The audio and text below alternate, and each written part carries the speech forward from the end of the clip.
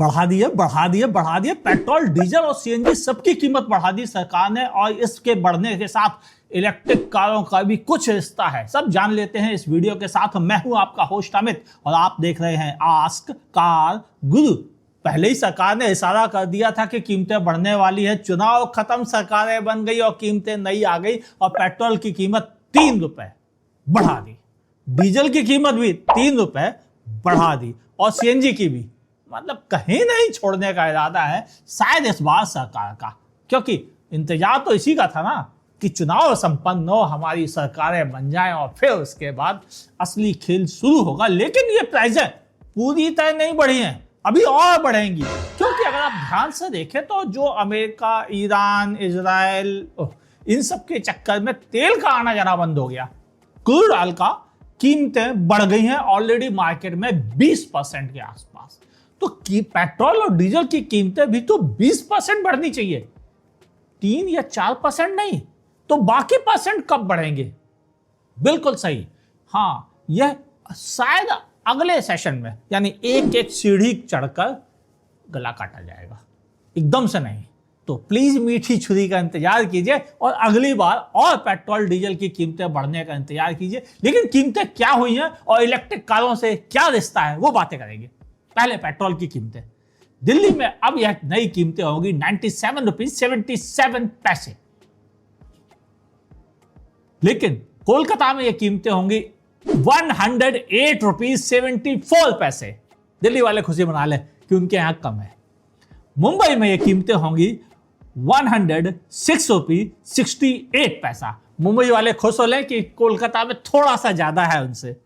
और बात करें चेन्नई के, तो चेन्नई वाले भी खुश हो लीजिए, 103 रुपीज 67 पैसे वहां पर अब पेट्रोल की नई कीमतें होंगी।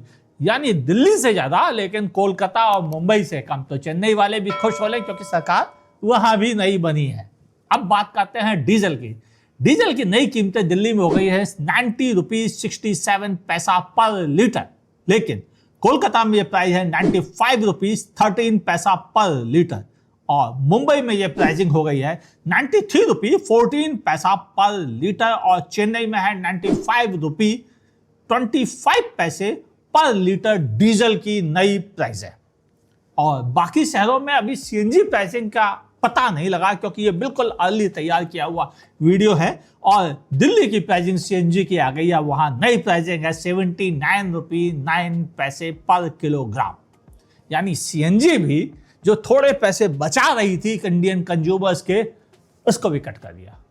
आप ध्यान से समझो, डीजल कारों की कीमतें बढ़ने लगी, डीजल इंजन खत्म होने लगे, डीजल के ऊपर टैक्सेस बढ़ते रहे और अब नौबत ये आ गई है कि अब सीएनजी भी शामिल कर दिया सरकार ने। तो क्या ईवी को बढ़ावा देगी? देखो, दिल्ली की नई ड्राफ्ट पॉलिसी जो है, जो अपकमिंग ड्राफ्ट कहना चाहिए, वो है, उसके अनुसार दिल्ली शहर में अब पेट्रोल, डीजल, सीएनजी, हाइब्रिड कारें बेचना मना होगा।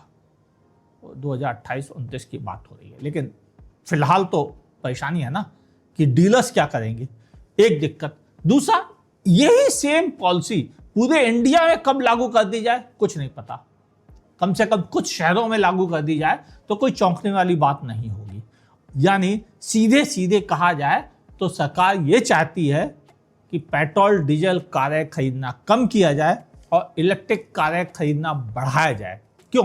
क्योंकि इलेक्ट्रिक के लिए उनकी निर्भरता जो है उसमें लगभग 58% कोल और हाइड्रो पावर पर है। बाकी solar energy, wind energy, nuclear power, इन सब का शेयर है।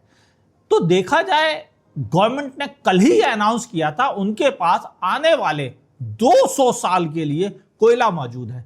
तो कोयले से गैस वैस पता नहीं कितने तामझाम होंगे, लेकिन यह सच है कि सरकार का इरादा क्लियर है कि पेट्रोल, डीजल, सीएनजी, हाइब्रिड कारों को भी आप किनारे रखिए, सिर्फ इलेक्ट्रिक की तरफ बढ़िए। और मैं पूरा श्योरिटी के साथ कह रहा हूं, अगले महीने की सेल इलेक्ट्रिक कारों की आज की सेल से 2% ज्यादा होगी। लेकिन इस 2% का मतलब मार्केट शेयर 14% से बढ़कर 16% हो जाएगा। यानी अब डीजल कारें और कम हो जाएंगी और इलेक्ट्रिक बढ़ती रहेंगी। आपका अनुमान लिखिएगा नीचे कमेंट सेक्शन में, आपको क्या लगता है? सरकार नहीं चाहती है कि पेट्रोल डीजल कारें खरीदे? जो जीएसटी का बेनिफिट दिया था उसका क्या? वो तो हवा हो जाएगा, क्योंकि पेट्रोल डीजल की प्राइसें ही बढ़ जाएंगी। लिखिएगा कमेंट में, अच्छा लगेगा। और आपको अभी कितनी प्राइस और होने का अनुमान है?